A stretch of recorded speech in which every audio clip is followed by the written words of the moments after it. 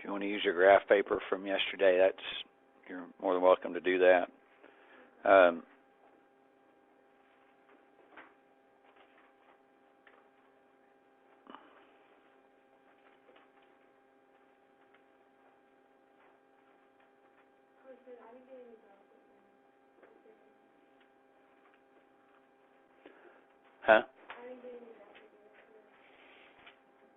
Are you not in Miss room? 8th hour? I was there, I handed it out to everybody. Huh? I'll have to get you some in later. Now,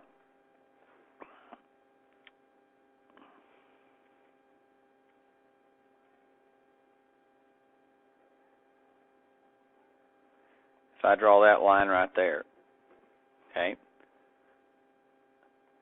where it crosses the X and Y axis, okay, if the line crosses the X and Y axis, which most lines will cross the X and Y axis unless they're vertical or horizontal, okay. If they're vertical or horizontal lines, they'll obviously cross one of the axes, but not both axes, okay. The only other time that a line will not cross both axes is if it goes through the origin right here. If the line goes through the middle of the two intersecting lines, then it obviously is not going to cross the X and Y axis. Where it crosses the X and Y axis, this right here is called the Y-intercept. It is where the Y-intercept is where the line crosses the Y-axis. So the Y-intercept is where a line crosses the Y-axis. Okay, this point here is the X-intercept. Okay, the X-intercept is where a line crosses the X-axis.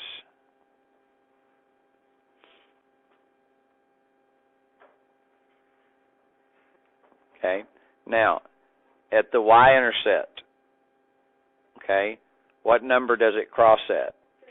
2. Okay, so the coordinates of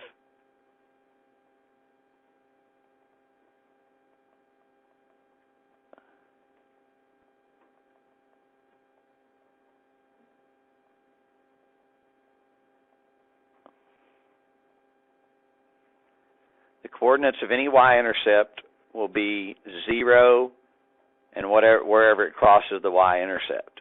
Okay, so for example, this one would be 0, 2. That's what this would be right here, 0, 2. That's the Y-intercept, or the coordinates of the Y-intercept. Okay? So it could cross anywhere on the Y-axis. Okay? Wherever it crosses the Y-axis, those coordinates will have an X of 0 and a Y of wherever it crosses.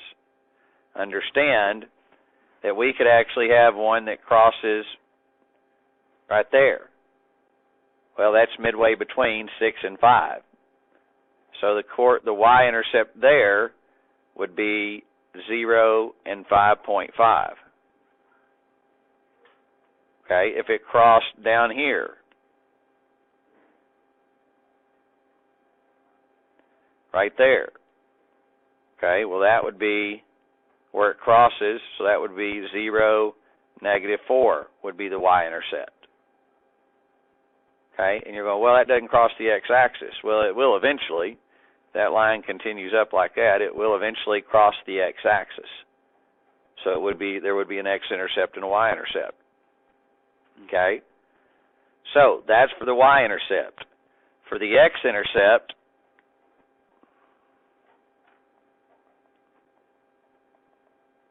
this point will have the coordinates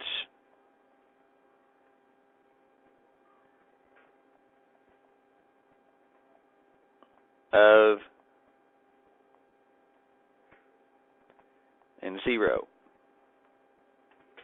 So for this point right here, this would be negative 3, 0. That would be the x-intercept. Okay, so the x-intercept is always going to have a y-coordinate of 0. The y-intercept has an x-coordinate of 0.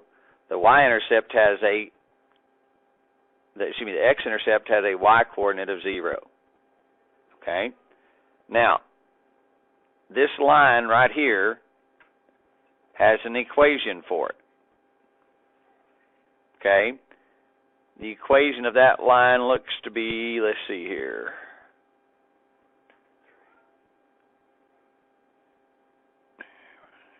That equation is going to look like this.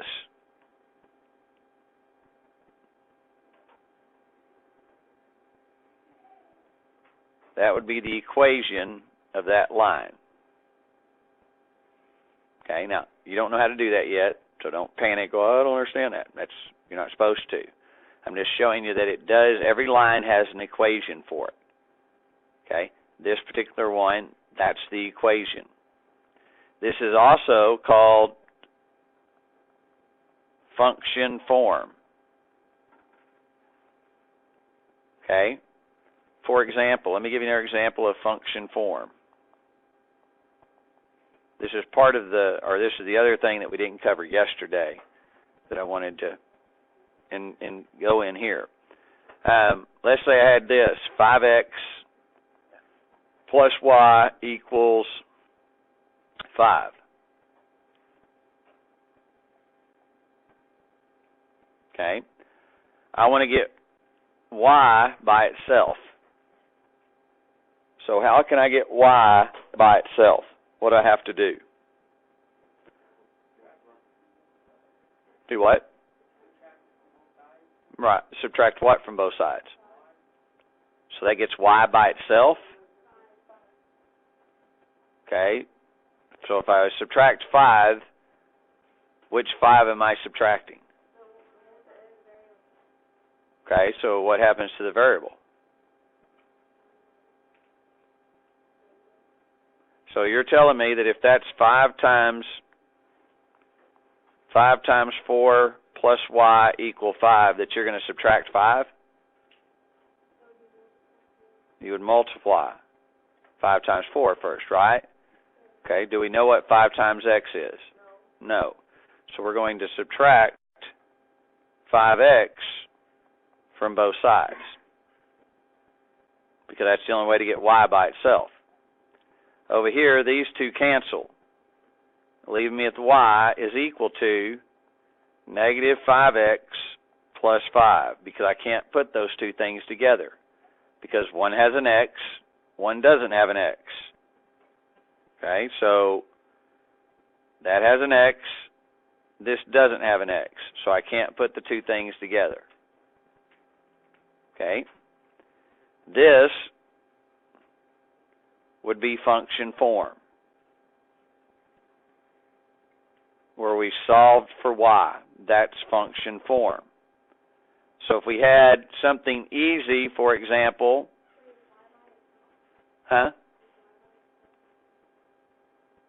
Is it? Y is not by itself? In the green square, y is not by itself. So what's on the left side of the equation? What else? So isn't it y by itself? Okay. In other words, remember, if we think about it like the old-timey scale, okay, if y is here and negative 5x plus 5 is over here, is y by itself? Yes, it is. Okay, that's what we mean by y.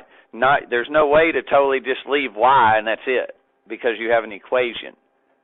There's always going to be something like y equals 4, y equals 7, something of that nature. Okay, but function form means we're getting y by itself on the left side of the equation. So function form we are getting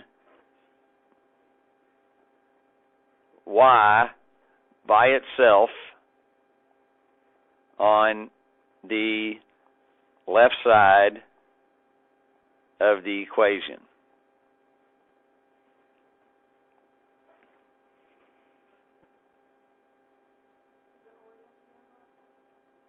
Yeah.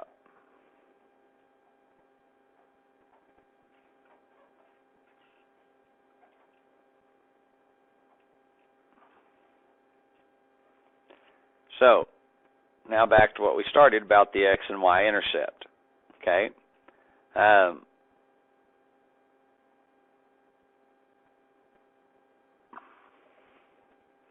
Everybody look at number 3. Page 400, look at number 3.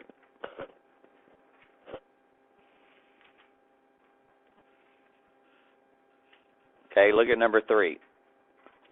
What is the x-intercept for that line? Okay. Okay, you can just, on it, when you ask for the x-intercept, you can just say 3 like you did. You don't have to put 3, 0, okay? But yes, it is 3, 0, but you don't, when they're asking for the x-intercept, you can put 3, okay? What's the y-intercept? 2. So the x-intercept is 3, the y-intercept is 2. Okay, look at, where does it cross the y-axis? Okay. What about number 4? What is the x-intercept for number 4? -2. What is the y-intercept for number 4? 4. Crosses at 4.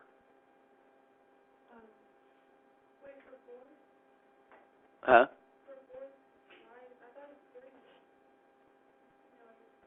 3 is the line below it. It's where it crosses the y-axis. Where it crosses the y-axis, it's like this, and there's a 4 sitting right here. So it's 4. 3 is the line below it. Okay, so number 5, what is the x-intercept? X-intercept is 0. What's the y-intercept? 0. So when it goes through the origin, that's the one I was talking about a while ago. When it goes through the origin, if I have a coordinate plane like that, and my line goes right through there, doesn't matter if it goes that way or if it goes that way. Okay, x-intercept here, 0. Y-intercept here, 0. X-intercept here, 0. Y-intercept here, 0. Okay, so it doesn't matter whether it's a positive or negative slope. This would be a positive slope. This would be a negative slope.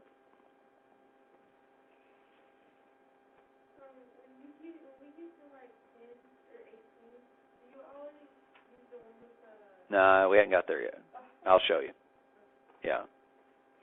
I needed to cover that part first before we actually get to that one. All right, let's look at number 11. Number 11 says x minus 2y equal 4. Now I'm going to show you. It says find the intercepts of the equation's graph, then graph the equation. Here's how you find the x and y intercept. Okay? We draw a input-output table.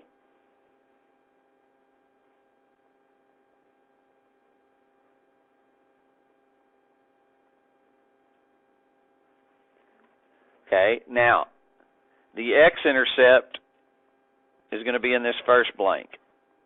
The y-intercept is going to be in the second blank, and then we're going to choose another point. Doesn't matter. Okay, x and y-intercept does matter. What did we say with the x-intercept that the y-coordinate is? What? 0. So y has to be 0 here because it's the x-intercept. What is the x-coordinate when we do the y-intercept? 0. So it has to be 0 here. Okay? Here's what we're going to do. We're going to plug in those first two values into our equation. x minus 2 times 0 equal 4.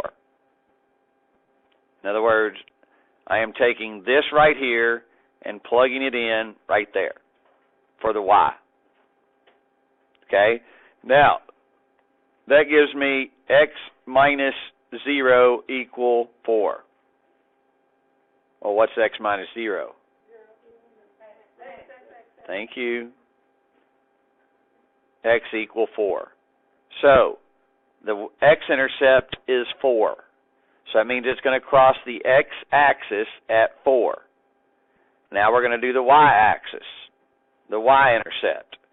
I'm going to plug in this 0 for the x.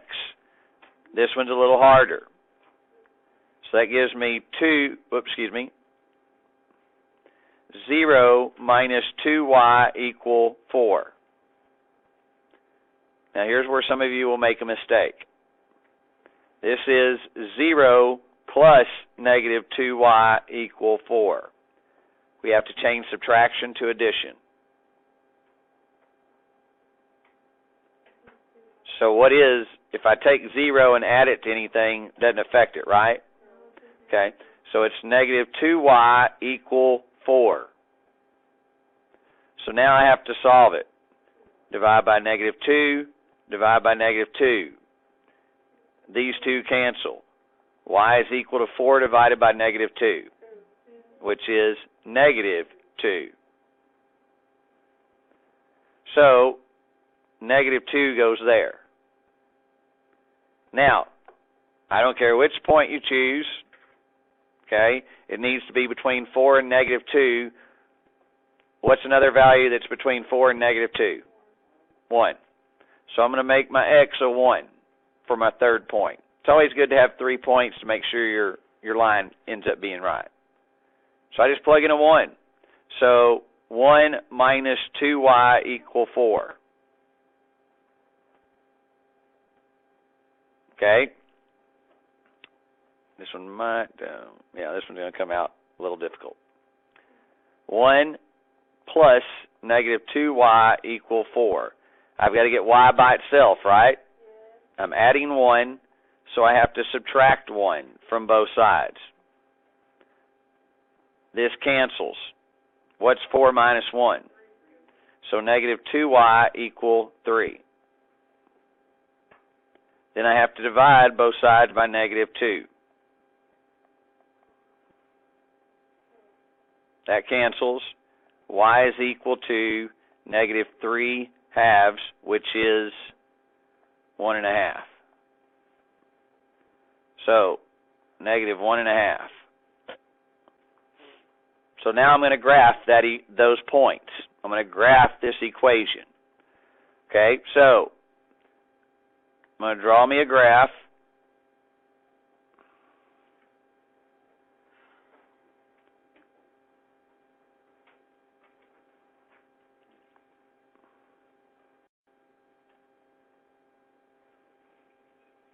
Okay, my first point was what? 4 and 0, right? Okay, so 1, 2, 3, 4. There's 4 and 0.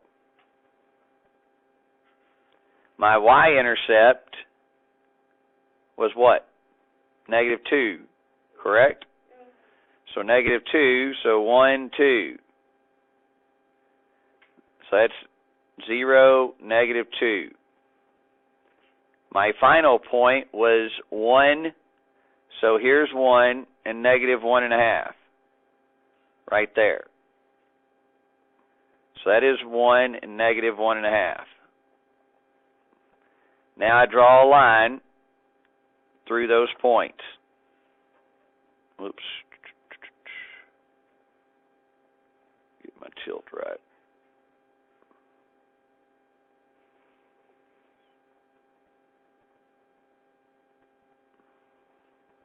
Okay, and that one blue in the middle is, it's not really 1.5. That's more like 1 3/4.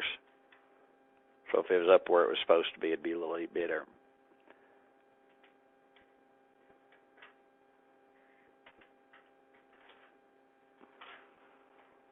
Okay, so That's how you do it. That's how you find the X and Y intercepts and how you graph it. Okay? Now, I want to go back to the function form quickly here. So we're going to actually do the graphing stuff tomorrow during class, so I can help you with it. I want to go over the function part. I want you to try this at home. So, for example, if I had x minus 3y equal negative 9. Alright, what I want you to do for tomorrow is I want you to do